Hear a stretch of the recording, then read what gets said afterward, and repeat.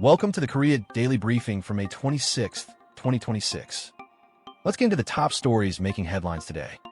We begin with security, as North Korea fired a close-range ballistic missile and a barrage of rocket artillery toward the West Sea on Tuesday afternoon. South Korea's Joint Chiefs of Staff said the projectiles launched from the Jeongju area of North Gyeonggi Province around 1 p.m. and flew roughly 80 kilometers before landing at sea. It marks Pyongyang's 8th ballistic missile launch this year, coming as Seoul has raised its national terror alert ahead of the June 3rd local elections.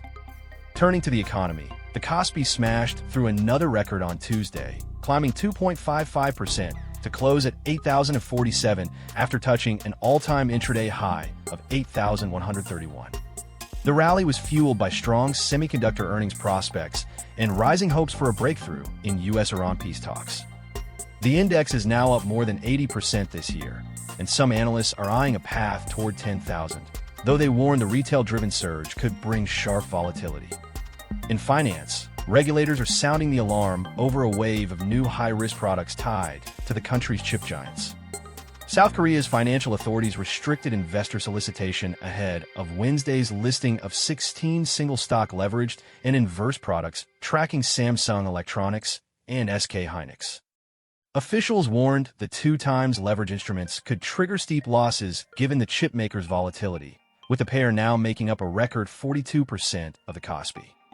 Back home, Shinsegae Group Chairman Chung Yong-jin issued a rare in-person apology on Tuesday over Starbucks Korea's controversial Tank Day marketing campaign. The promotion launched on May 18th, the anniversary of the Gwangju Democratic Uprising, and was condemned for evoking the tanks deployed during the deadly 1980 military crackdown. Chung called it an unforgivable campaign that should never have happened, bowing his head as the company reported a steep drop in sales and dismissed the head of Starbucks Korea.